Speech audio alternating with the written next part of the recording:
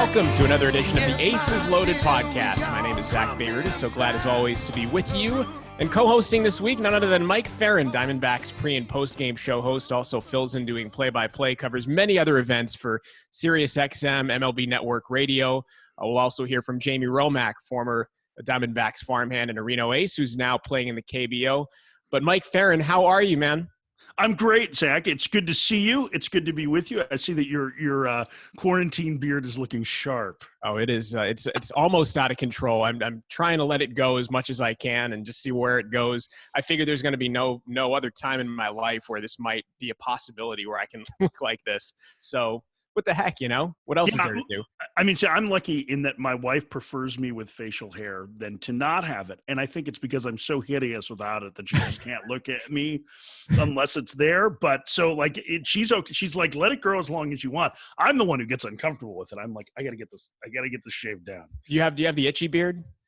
Oh, always. I've had a beard on and off since I was a senior in high school. Mm-hmm. And so probably more bearded years than not. And it still drives me nuts. Like here, it's the neck beard part that just gets me. It's terrible. I try and keep it trimmed on the neck, but I mean, I've rocked a beard for many, many years now. So that's my usual look. So I don't have the itch, but I've never actually let it go this long, which is, I mean. It looks good.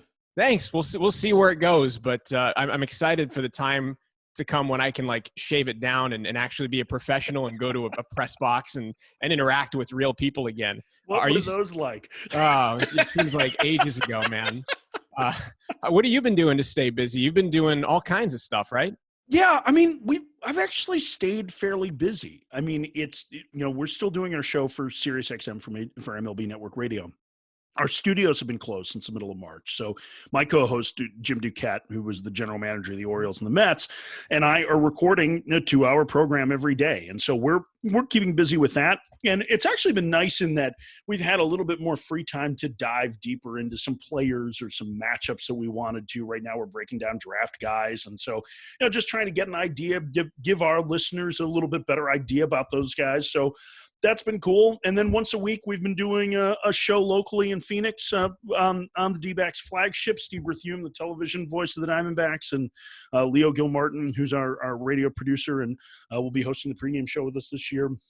And I have been doing an hour-long show. And so, there's been stuff to do. So, but I'm like you. I miss being at the ballpark. I was texting with somebody, a buddy of mine who works for an agency the other day. And he was saying, a mutual friend of ours lives in his neighborhood. And he's like, it's nice to be able to run into him and talk baseball. I'm like, God, I miss talking baseball with industry people face to face as opposed to via text messages and phone calls while I'm out on my morning walk. Yeah, there's a rhythm to baseball. There's a familiarity that comes with just walking into the ballpark and seeing scouts or, whomever on the periphery, and then also the people on the field being at BP. There's a rhythm to all that that I miss, and I can only imagine you do too. Absolutely. Yeah, you're 100% right. I want to delve into the Diamondbacks here, and I'm just getting familiar with the organization. My last 14 years have been with the A's, but I want to talk about or get your thoughts on how much this situation hurts the Diamondbacks on the field, because coming from the A's, I know this is a bit catastrophic for the A's. They felt they were in position to contend this year, and they had a lot of things lined up to go right for them this year. And this is just a real tough break. Are the Diamondbacks in a similar situation, or is this going to be a year where they were still a little bit on the come? Well, I think it's a little bit from column A and a little bit from column B. I mean, I think this was a year that they were definitely going to compete for a postseason berth, and I think they still will. I mean, I'm hopelessly optimistic, I guess, but I think that all the saber rattling that you hear between both the owners and the players in public, that's all part of negotiation, right? I used to cover, back in a previous career, I covered the Bears, and one of my first years there was the year that they drafted the late Cedric Benson, and he held out for training camp. And Masin Muhammad, I don't know if you remember him. Big wide receiver out of Michigan State, right? Played for the Panthers, played for the Bears. Somebody asked Masin about Benson when he got his deal done, and he said, well, he's like, the thing about a good negotiation is nobody is happy in the end, right? So I'm assuming that's what's going to happen. So we're going to end up playing at some point, and that's going to be great. They definitely felt like this was a team that was going to compete for a postseason berth this year. It's tough in the West. The Dodgers have won 7 straight division titles. They are a really talented and deep team and organization. So they have a lot going for them. But there was the feeling that this was the deepest team that they've had in the 4 years that this front office has been here, that they had the best variety of talent. There was the best makeup in terms of the roster. And I think the other part that really is a positive is that it wasn't just an all-in for 20 group. Almost all of these guys are under contract for 2021, Robbie Ray being, one pretty major exception. But the farm system is in a lot better shape. The high minor leagues are in a lot better shape. And so they feel like they're just getting ready to open this long-term competitive window. I was just about to ask about the minor league system. So I've seen the Visalia teams for, going back the last 14 years, the high level minors. I mean, I got a glimpse last year when I filled in for Ryan in Reno. But what is the state of the Diamondbacks farm system? Yeah, it's pretty good now. I mean, I think you probably saw it the last 2 years in Visalia, right? A noticeable difference in talent, though, too. I mean, you can have a really good Cal League team, and it doesn't necessarily mean you have good prospects, right? So, but I think they have good prospects now, and I think that's one of the things that has been a pretty sharp change, and it's happened in relatively quick order. Remember, before the 2016 season started, there were a number of trades that the organization made that traded away some top prospects, guys like Isan Diaz and Dansby Swanson and Aaron Blair at that time. And so the farm system was pretty thin. But starting in 2017, Mike Hazen and his group have been pretty adamant that they want to be competitive while also building a sustainable winner. And the way to do that is through drafting and player development.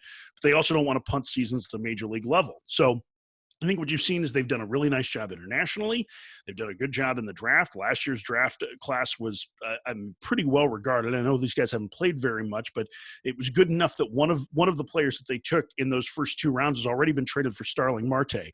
So it was well regarded, right, in Brennan Malone. So I think that most of the best talent probably isn't at the high minor level yet. Dalton Varsho, Pavin Smith, who really had a great second half in the Southern League last year. Corbin Martin, Seth Beer, those guys are the ones that are on the cusp. And then add in Andy Young and Wyatt Matheson, who had a real breakout last year. I mean, Matheson, I think, is such a great story because he had been a second-round pick out of high school and really just had always had good command of the strike zone, but didn't know how to drive the ball. And now the last 2 years has started to do that. I think you start to see that there's a little bit of depth there. But the group that's going to be in Visalia to open this year, maybe a couple of guys at Jackson, or at least would have been at Visalia to open the year and in Jackson, and the group that would have been coming in Kane County, that's, I think, the real future core of a long-term competitive Diamondbacks team. So to distill it even a little bit more and to get more Reno-centric, this year we're probably going to see Dalton Varsho, the Diamondbacks' top prospect in Reno. I got to see him in Visalia in 2018. Very dynamic player.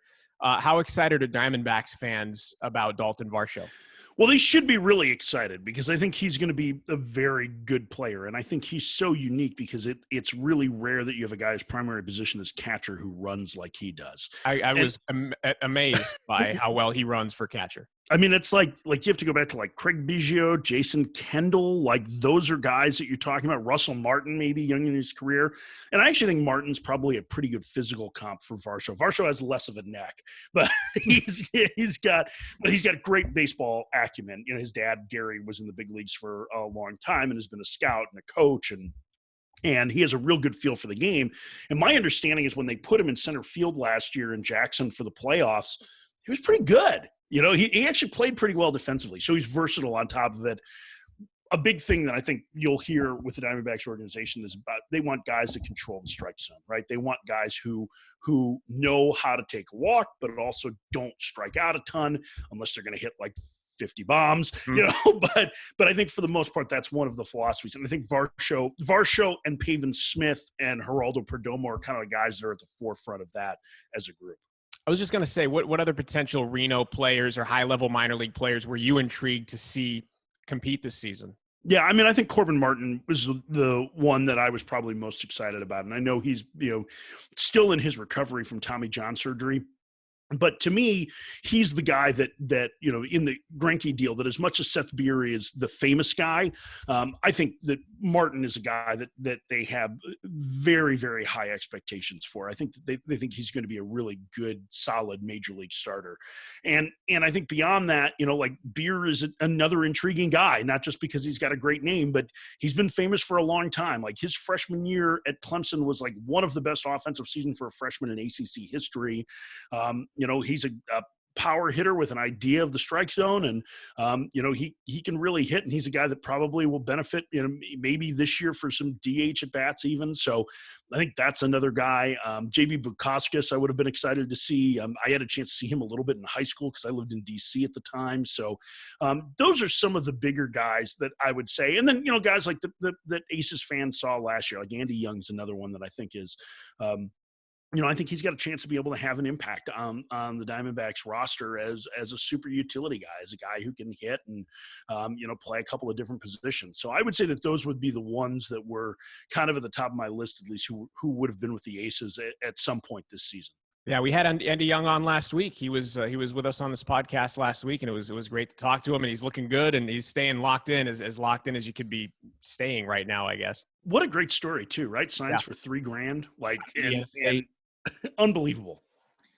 This isn't a minor league question, but give us your thoughts on the Bumgarner signing and how much.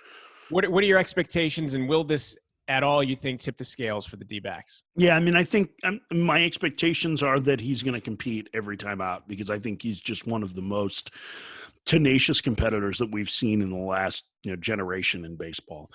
And I think, quick story, in spring training early on, the guy that he singled out to be his catch partner was Zach Gallen, which I think should tell you a little bit about how both the organization and Bumgarner feel about Gallen, who I think has got a chance to be the Diamondbacks' best pitcher. So I think the accountability that Bumgarner brings, the accessibility to his teammates, the accountability that he has, I think all of those things are positives.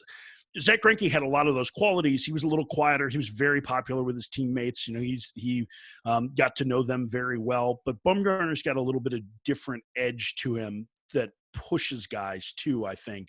And I think he's going to be a real positive impact on them. And I think, we'll find out how he continues to adjust. And I think that's one of the more fascinating things, because the great ones always find ways to adjust.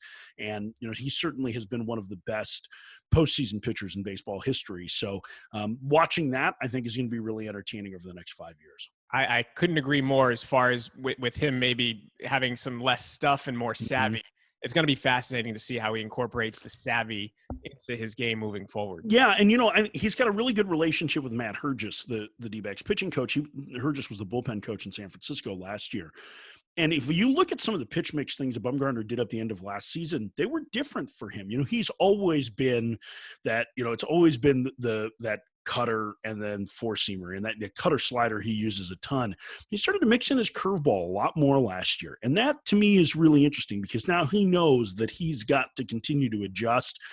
I think he's a really smart player too. And I know a lot of people in the Giants organization. I mean, you were around folks in San Jose, and like you've been around people from the Giants for a long time. I think they gush about a lot of their guys, and they've had a lot of great guys to gush about. But Bumgarner and Posey are the two that they've had the most great things to say about. And you can see Posey's been, Posey's going to go to the Hall of Fame, and Bumgarner is one of the truly great postseason pitchers ever. One of my favorite memories that I'll always have and cherish is I got to call the first game that they were ever a Battery, Bumgarner and Posey. In the really? Yeah. When was that? Stocks and Ports, 2009, beginning of 2009. I'll be darned. So, yeah, that's always going to be on my list of cool things that I got to witness. And little did I know at the time, but looking back, it's like, oh, wow, there's Bumgarner and Posey together for the first time. And that was a good San Jose team, too. That 09 team was unreal. Pablo Sandoval was he there at the beginning? Or they had just left, but they had Darren Ford, $20 million infield. They had Angel Villalona, or pre-murder, sadly. I hate to laugh at that, but yeah, that was my first thought too. I was like, oh yeah, I remember that happened. I mean, those guys on the infield were Brandon Crawford were unbelievable. That 09 team, I'll never forget. And they won. I think they won the whatever highest minor league award there was to Yeah. win that year. And the outfielder too, Kieschnick, Roger right? Kieschnick. Back, He was right? supposed to be like the pick of the litter on that Yeah, team, yeah. outside of Bumgarner and Posey, and didn't really have. So the I was in Bowie at that point. So I saw those guys and they came through in Richmond next year. And so like I knew it. Thomas Neal was in it. Darren Ford. Neal, yeah, they had a really good group of position players, and all but maybe one of them, I think all but maybe Kieschnick played in the big leagues. Yeah, which is so ironic because Yeah, he looked like he was far and away the best player outside of Posey for a position player. I know we got to round it out here and then get to the next segment, but you're living in Arizona. Do you think a major league season is possible if they want to hold it in Arizona? Yeah, I mean, I don't think that that's what the plan is going to be. I mean, I think their plan is they're going to try and play in the home cities, and that's what everybody seems to be focused on. And enough states, I think, are opening up and open to that without fans that's what's going to happen.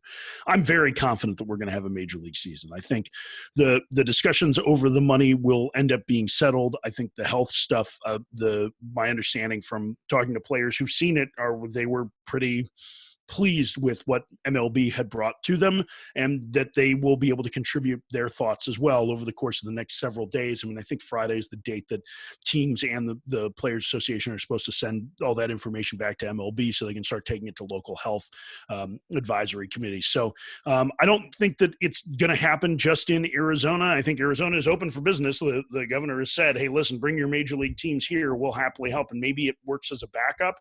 But I think for the most part, everybody's going to end up opening in their own home ballparks, maybe with a couple of exceptions. And that's the way the season's going to play out. Hey, man, fingers crossed from your mouth to God's ears. I hope it happens because we can all use it right now. We can all use it.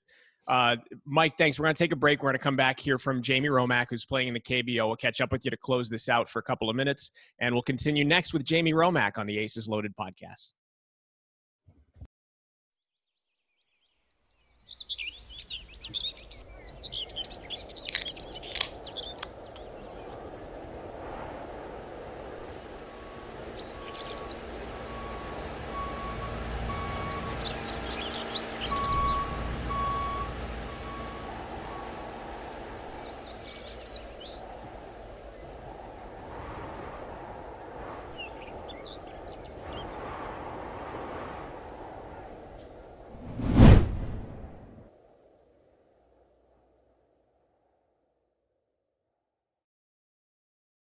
We are back on the Aces Loaded podcast, and we're pleased to be joined by former ace Jamie Romak, who's joining us from Korea in his third year in the KBO with the SK Wyverns. Jamie, of course, spent most of 2015 in Reno, 129 games where he drove in 100 runs, 27 homers in 2015 before getting called up by the D-backs. Jamie, how you doing over there, man? Good, Zach. Everything is good. We're playing some ball over here, and certainly grateful to be doing so. Where exactly are you right now in South Korea?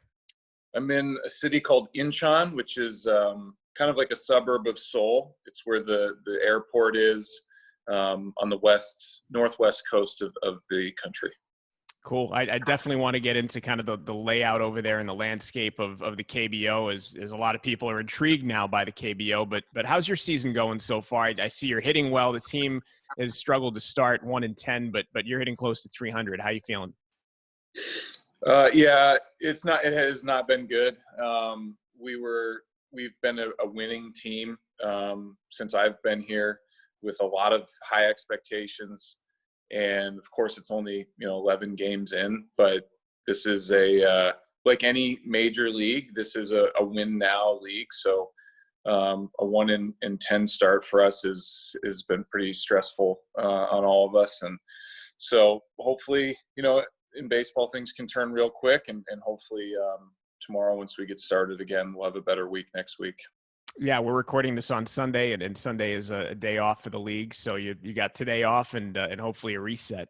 I want to get into your KBO career shortly, but first I want to talk about how closely you've been following what's happening here in the States and obviously too in Canada, Major League Baseball, with the uncertainty about how to resume play, if play can even be resumed. Have you kept your finger on that pulse at all?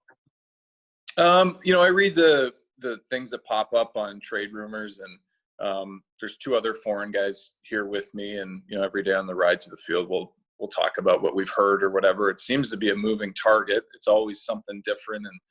And then we get our own insights from players that we know back there and what they're hearing, or coaches or front office people. And so you hear it. Yeah, it's interesting. I just know from our experience over here that you think you've got an idea of how this is going to work, and then something happens and it just throws a big wrinkle in it. You know, we were supposed to start March 28th, and then that became April 10th. And then long story short, we didn't, start playing until I think it was May 5th or May 10th, or anyways, earlier this month. So there's a lot that goes into it with the reality of the world right now, like logistically speaking. So it's fascinating to follow, really, to see how this shakes out for them. I know that Korea implemented some pretty stringent measures to try and keep the virus from spreading. And to this point, it has worked for them. And you guys are obviously back playing. Were you shocked at how many measures were being implemented to try and stop this virus? What I would say is I'm not shocked, simply because this is my 4th year living here. So I understand culturally how strong of a culture it is. So it's really easy to get consensus among the people. So if the feeling is, and the feeling was at the time, that, hey, we need to stay home and be really careful about this situation, then everyone stays home and everyone's really careful. So they never actually shut down business. They did close schools. And it was, when I got here in the middle of March, it was really, really quiet outside. And I live in a community that's very vibrant, and a lot of energy, and clubs and bars and cafes and all that stuff. And it was, although they weren't closed, it was really, really quiet. But other than that, people wearing masks and using, people washing their hands, and generally speaking, most places that you came and went from, they took your temperature. Those were really the only things. There was no long lines at a grocery store or a lack of supplies or anything like that. So it wasn't too bad. And then, week by week, it started, you could start to get the feeling that people were becoming more comfortable with how the situation was going. And then it became more lively. And I think, the amount of testing and the tracing that they put in place made this possible, because, to this day, I can sign on to a website here and it will show me all of the cases in my area, where that person's been. Isn't there an app on your phone that they made you download and kind of use out there? Yeah, that's for people coming in. I came in before that wave of people, but yeah, people entering the country now are under a 2-week quarantine. And then in addition to that, they have to, sign in.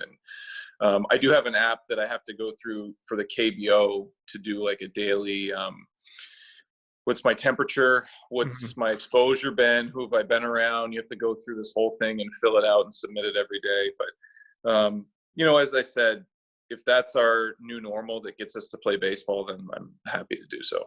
I do want to get into major league player safety, and maybe if something like that can be implemented in the major leagues here in the States and in Canada.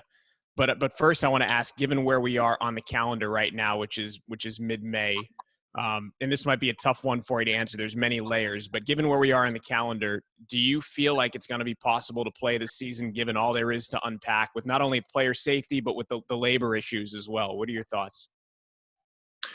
I think they'll reach a deal eventually, but it's certainly going to be a compressed season.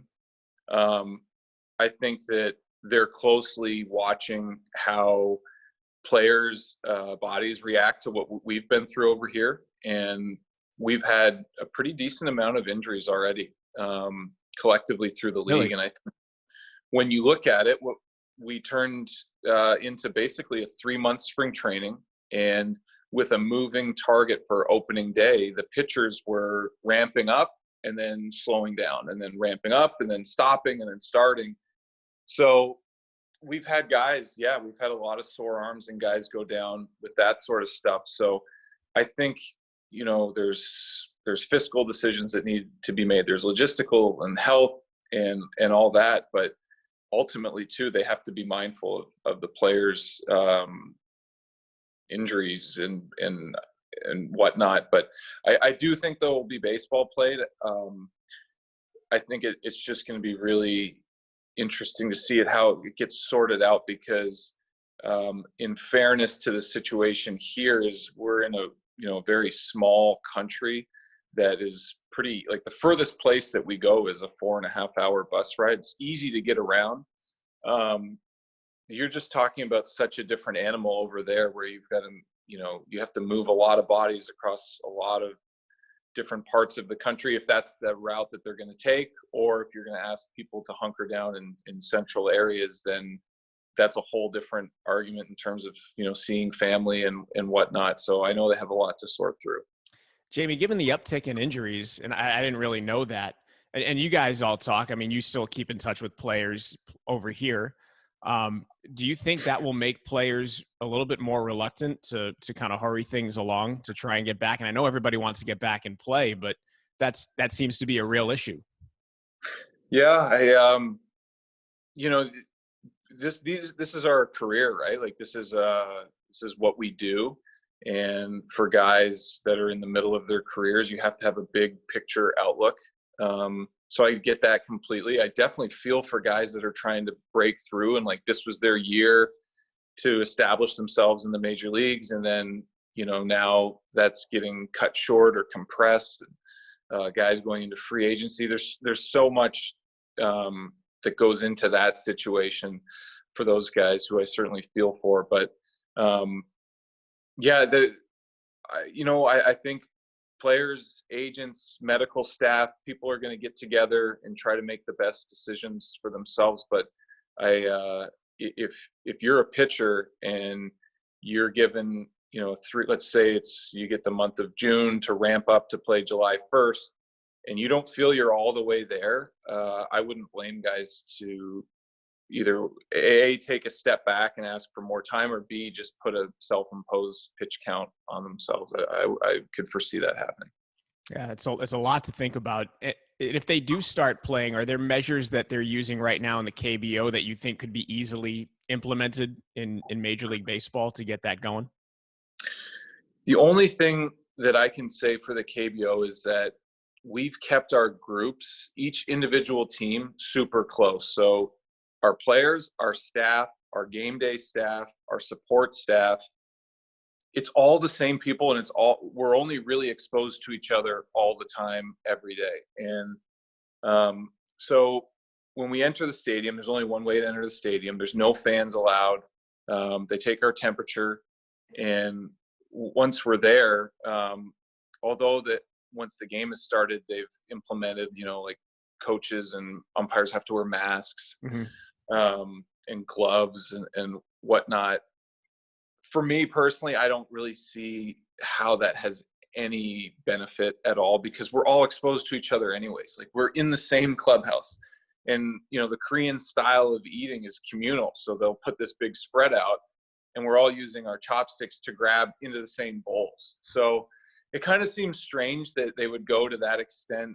Maybe that's an optical thing that they want to show, but I think the best thing that they can do is you got to limit outside exposure. You got to keep that group as tight as you possibly can, and that's what they've done here. And we've had 2 road trips so far, so we've had to do some hotel stays, and I think there's inherent risk with that, because there's only so much you can control there. But another cultural thing that they like to do here is use the, like, public bathhouses, like saunas. Mm-hmm. So they've banned that for the teams so far. So yeah, I mean, just staying exposed to the same people as much as possible and limit the outside exposure, I think, is really the biggest thing they can do. That's a really insightful point that you brought up as far as the optics go. You wonder how much is actually being done for, it has practical purpose, and how much of it is optics. But that's obviously going to be hashed out whenever this thing is over, and you can look back in hindsight, as we're joined by Jamie Romak, former Reno Ace, here on the Aces Loaded podcast, playing over in Korea in the KBO, which brings me to my next question for you. And it's really bizarre. I mean, I grew up as a kid in the United States. You grew up in Canada. If you grew up playing baseball in the U.S. or Canada, you obviously dream of playing in the big leagues, which you have done.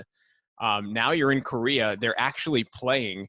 Do you kind of feel a little bit fortunate to be in Korea right now as opposed to kind of waiting it out for Major League Baseball? You know, normally I think anybody might say, well, I'm playing to maybe try and get back to Major League Baseball, but here you are and you're playing right now. And that's something that not anybody is saying over here. What are your thoughts on that? Yeah, I'm really grateful. And it's ironic because if you go back 3 months, you know, back in Canada and the US when things were fine, like it was just, oh, there's this issue in China. And then it got into basically all of Asia and especially Korea right off the bat. And, you know, a lot of people were asking me, like, what do you think about your season? You know, do you think you're going to play? Like, you know, what are you feeling about going over there? And, you know, you could kind of see the writing on the wall that this wasn't just going to stop in Asia. Like it was going to be a global thing. So it was like, how much safer am I going to be at home rather than be in Korea where I'm obligated to be anyways. And where there's, just like in the US, there's a ton of incentive for pro sports to start up again. Everyone understands the revenue issues and, you know, money talks. Like that's just the reality of it. So our season was going to happen for sure. And the fact that Korea did a great job containing it, just expedited it. And we're going to play a full season. It's going to be a long year, but we're going to play a full season. So I'm very grateful for that. Yeah, it's just strange how it's worked out, but right now we're in a good spot and life is normal. Like I have no restrictions really on a day for me personally. I come and go. I go out for dinner. I, you know, shop. I go wherever I want to go. I don't really have to worry about too much that way. So we're very fortunate for that. It's awesome to hear that. Do you feel like this kind of has a Major League Baseball vibe to it this season for the KBO in terms of the attention it's getting? I'll tell you this, in the U.S. on the West Coast at like 10 o'clock at night to put on a KBO game on ESPN. I mean, I'm living for that, and I know a lot of people are that are baseball fans, but the spotlight's on you guys. Does it feel kind of like a Major League season feel for you? If we had fans, I would say yes. I think that's the biggest thing that's lacking right now. And we were well on our way. We were supposed to, May 15th was supposed to be 25% capacity allowed back in. And there was an infected guy in Seoul that went out all weekend long, went to a pile of different nightclubs and was exposed to a lot of different people. And from what we know of it so far, there's probably 200 new cases popped up from that just isolated incident. And that spooked everybody. So then they said schools were also set to reopen on the 15th. So between schools and fans coming back, they said, no, let's pause that until this kind of settles down and passes over. So that stinks, man, because so much of the allure of the KBO is the atmosphere. Like, I'm not sure if you've ever seen the clips here, but you know, the stadiums, when you get 25,000 people and it's electric. It's like a massive concert from the first pitch on.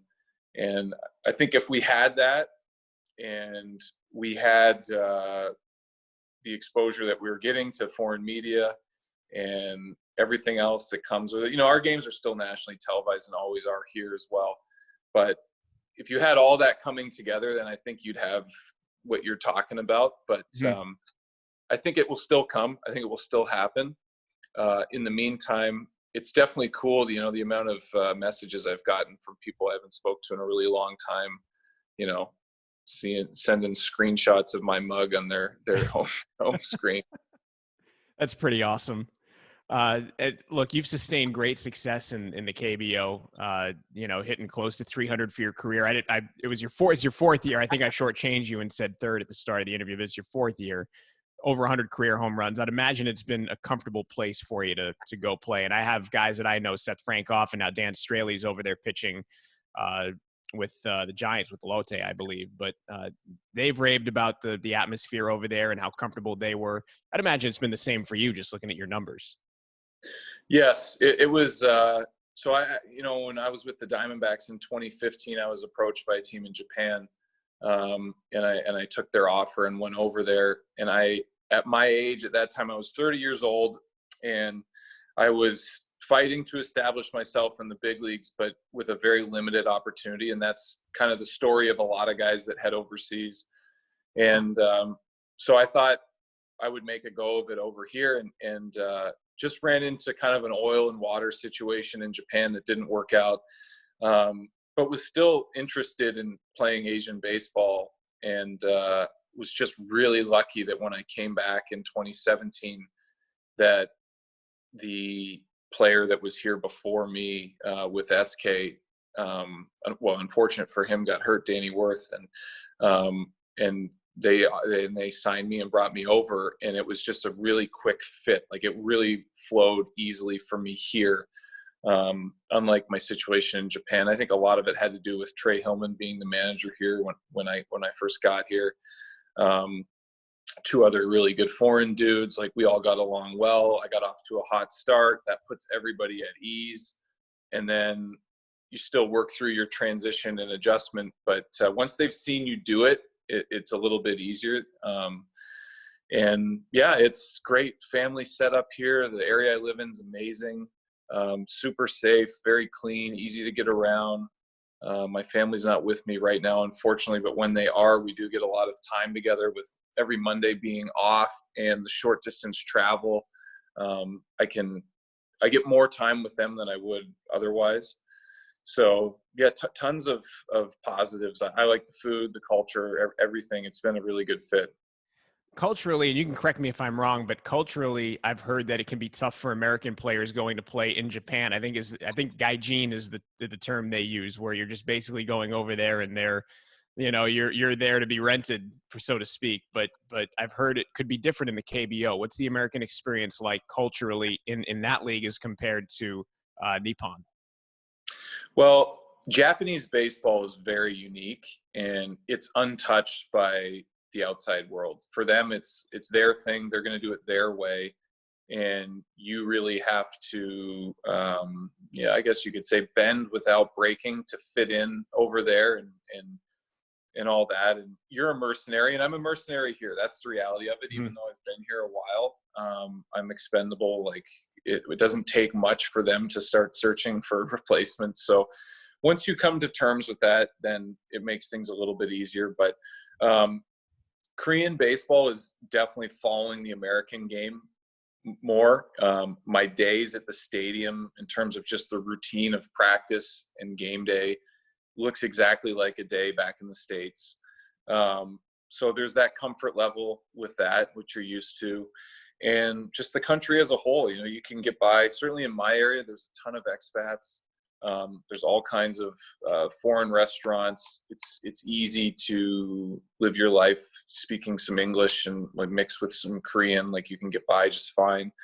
So I think those transitions off the field make it easier here in Korea, personally speaking, I think.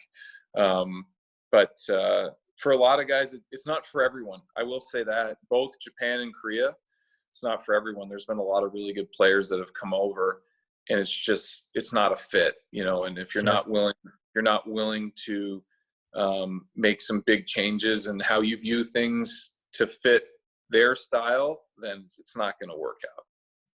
It's very insightful. I'd be remiss before we let you go if I didn't give you a chance to reflect back on your time in Reno. You were with the Diamondbacks organization for one season. It was 2015. I think I gave the numbers before. 284 with the Aces, 27 homers, 100 ribbies with Reno until you got called up for 4 games by the Diamondbacks. But reflecting back, and I know it was 5 years ago now, what are some of your favorite memories from being with the Reno Aces? The group of guys that I still keep in touch with. Definitely the best clubhouse that I've ever been a part of. Some great players. We had a great team. A lot of guys that went on to be very good players, very good careers. And I think it all started with Phil Nevin at the top as manager. He created a great clubhouse atmosphere. Guys love playing for him. He's definitely a player's manager. And, I look through, all the, I still have a group chat with those guys that I played with there that we're in regular contact with. So I have nothing but fond memories. I loved playing there. The front office, headed by Eric, was phenomenal to the guys. Like it was a good setup to us. The clubhouse was good. The clubhouse attendants took good care of us. The field was always in great shape. Travel was good. Like I have a lot of great memories of playing there for sure. Could you imagine being there right now with all the casinos closed and how weird that would be? It must be like a ghost town in that area. I'm assuming. I'm still in Northern California. I haven't moved. I was supposed to move to Reno for the season in April, and it never happened, obviously. So I'm here with my wife in Northern California. But I can't imagine, like, on Virginia Street there being no casinos open. And Vince Ruffino, our producer, is saying, yeah, he's chiming in. It's dead silent downtown, which has to be just bizarre to even think about. Yeah, that's it's strange times, man, all over the world for sure. Like it's as I said, when I first got here in this area, like this place is always jammed with people and there was nobody out. It's just kind of eerie. But hopefully it'll get back to life as normal in Reno and everywhere else sooner rather than later. Jamie, thanks again for the insights and for your time and best of luck this season. And we'll look forward to catching up with you down the road, hopefully. My pleasure, Zach. Thank you for having me. You got it. That is Jamie Romak. And we will come back and continue the Aces Loaded podcast after this.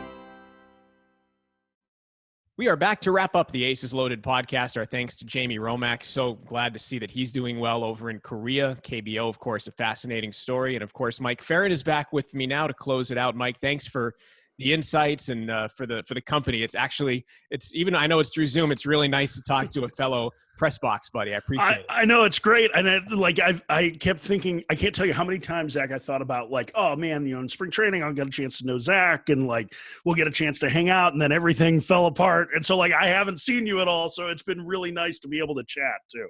Well, any chance you might get to Reno if there's a season, or do you ever come by? Yeah, so my aunt and uncle actually live in Reno. Perfect. So we have not been in a couple of years, but I would like to go. I would love for the Diamondbacks to be able to send me there during the season. I think so. I love minor league baseball. You're a minor league baseball guy.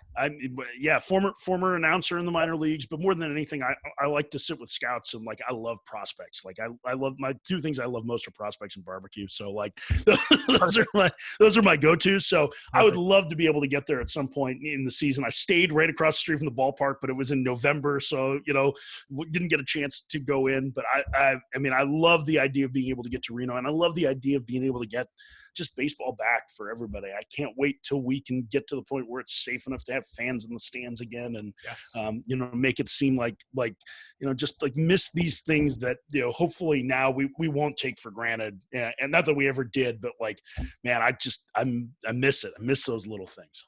Amen. And I know we got to run, but quickly, if people want to catch you, where can they catch you now doing your shows?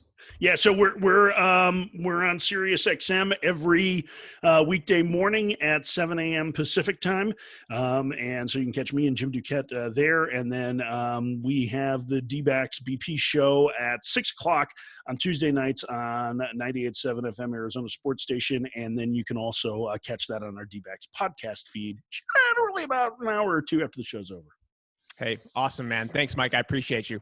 My pleasure, Zach. Thanks so much. Stay safe. You got it, man. You too. Our producer is Vince Ruffino. Thanks to Jamie Romak, for Mike Ferrin, Zack Bayrouty saying so long. We'll see you next week back here on the Aces Loaded podcast.